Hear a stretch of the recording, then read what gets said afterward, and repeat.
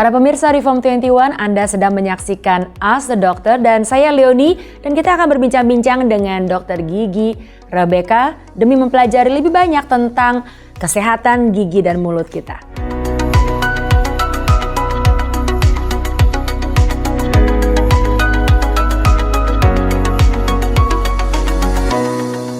Dokter Eka, kalau kita bicara tentang ketemu dokter, seringkali kan kita baru bawa anak kita atau diri kita sendiri ketemu dokter waktu ada masalah dengan kesehatan. Betul. Nah pertanyaannya, kapan sih kita sebaiknya ajak anak kita ke dokter gigi? Oke, saya akan mulai dari rekomendasi Asosiasi Pediatrik Amerika gitu ya. Jadi mereka mengatakan bahwa usia 1 tahun, waktu mereka menginjak usia 1 tahun, di ulang tahun dia yang pertama, itu adalah pertama mereka ketemu dokter gigi. Gitu. Jadi diceknya apanya, kan masih kecil dan mereka bahkan mungkin giginya baru 4 atau baru 6. Betul, karena waktu kita berbicara tentang kesehatan gigi anak, itu kesehatan gigi anak yang berpengaruh daripada faktor orang tua, faktor dokter gigi, dan faktor anaknya. Jadi kenapa waktu usia 1 tahun kok udah dibawa ke dokter gigi? Padahal nggak ada masalah misalnya. Betul, karena edukasinya ditujuan kepada orang tua. Karena anak-anak itu masih sangat tergantung bukan sama orang tuanya. Mau makan apa itu tergantung sama orang tuanya sediakan apa. Kira-kira begitu. Dengan misalnya orang tuanya memutuskan pakai dot atau enggak. Waktu malam hari diberi susu sebelum tidur atau tidak. Nah itu semua edukasi itu justru dokter gigi harus berikan kepada orang tuanya. Jadi di usia 1 tahun. Malah saya ada juga nih dengar kapan anak itu datang ke dokter gigi. Ada juga cara yang lain adalah saat orang tuanya lagi datang rutin ke dokter gigi. Misalnya dia masih baby gitu, tapi dia bisa lihat orang tuanya duduk di dental chair misalnya.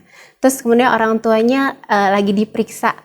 Dia mungkin nggak merasakan sensasi itu, tapi dia lihat orang tuanya, oh mama saya lagi diperiksa dan mama saya oke. Dan itu harus dibangun dari sejak dini.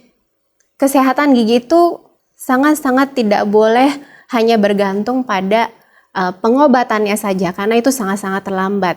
Justru kita harus mencegah sedini mungkin. Dan orang tua jangan takut-takutin kali ya, kan seringkali kan kalau kamu nakal diajak ke dokter gigi ya gitu misalnya. Kayak kesannya dokter gigi tuh kayaknya horor banget. Padahal kita penting membukakan pengalaman-pengalaman yang positif bahwa mereka memang harus menjaga gigi, ke dokter gigi kalau perlu memang harus kita pergi. Betul. Kan seringkali orang takut kan karena mau dibor gitu giginya. Iya. Justru memang pada anak-anak kita harus ada pendekatan khusus gitu. Jadi misalnya kalau pada anak-anak itu kita tidak bisa waktu pertemuan pertama kita langsung lakukan tindakan. Itu sebabnya tidak boleh bawa anak-anak dalam keadaan sakit. Misalnya giginya sudah lagi bengkak, giginya perlu dicabut, itu akan menimbulkan traumatik tersendiri. Jadi waktu dia dalam keadaan sehat, waktu dia sudah ready nih misalnya itu ya, misalnya usia 1 tahun itu, dia cuma berkenalan aja dan bikin bonding sama dokter giginya. Gitu. Pertanyaannya gini dokter gigi ya, kalau kita kan nggak mau ajak ke dokter gigi atau ke dokter kan karena nanti ada biaya lagi. Makanya kita supaya menghindari pengeluaran biaya ekstra kita nggak ajak anak ke dokter gigi. Terus gimana tuh untuk ya kan maksudnya jadi bagaimana kita bisa menjawab pertanyaan itu, karena kita kan menghindari pengeluaran ekstra yang kita rasa nggak perlu begitu. Walaupun kita tahu membawa ke dokter gigi itu dengan pengalaman yang positif itu baik buat anak. Iya, betul. Justru tapi gigi berlubang itu tidak langsung jadi gigi berlubang. Ya. Jadi untuk proses menjadi gigi berlubang atau gigi sakit itu kan ada tahapannya. Justru waktu datang rutin ke dokter gigi bisa tahu, oh yang ini sudah mau ada kariesnya. Nah, yang ini harus disikat gigi lebih baik. Yang di sebelah sini harus pakai dental floss dengan lebih tepat.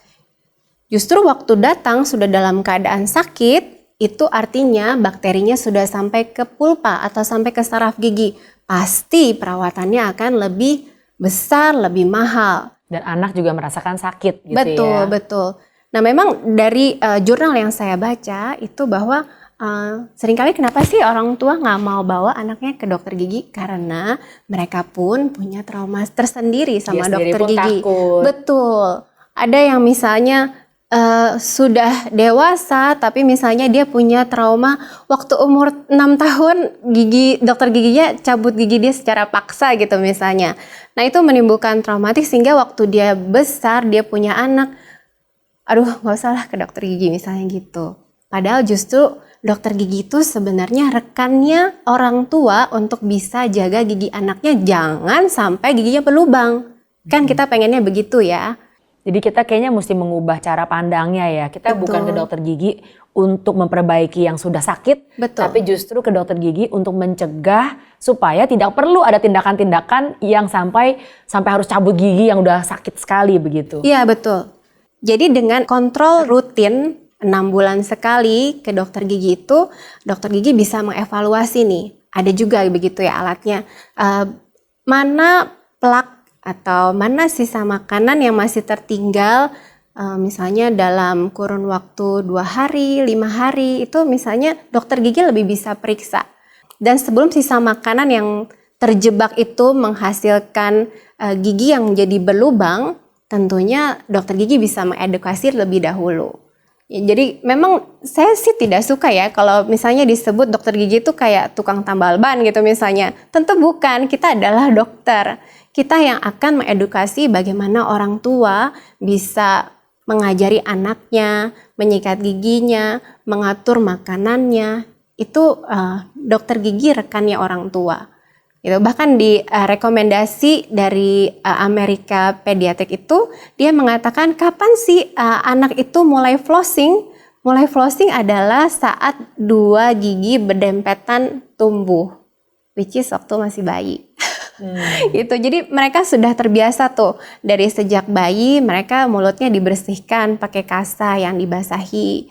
Kemudian bukan hanya lidahnya, gusinya, giginya gitu. Jadi dari sejak kecil kita bikin habit supaya waktu mereka besar itu tidak akan terlalu kesulitan. Dan untuk perawatan gigi ini ada juga ya di Klinik Pratama Samaritan di Sunter ya. Iya. Jadi silakan Bapak Ibu sekalian yang tinggal di Jakarta yang juga bisa dekat dan langsung datang ke Klinik Pratama Samaritan bisa datang dan kita ada dokter-dokter gigi di sana yang siap melayani dan membantu setiap Bapak Ibu dan anak-anak sekalian.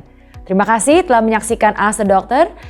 Ikuti selalu acara-acara kami karena kita akan membawakan informasi-informasi yang berguna demi kesehatan kita semua. Saya Leonie, Tuhan memberkati.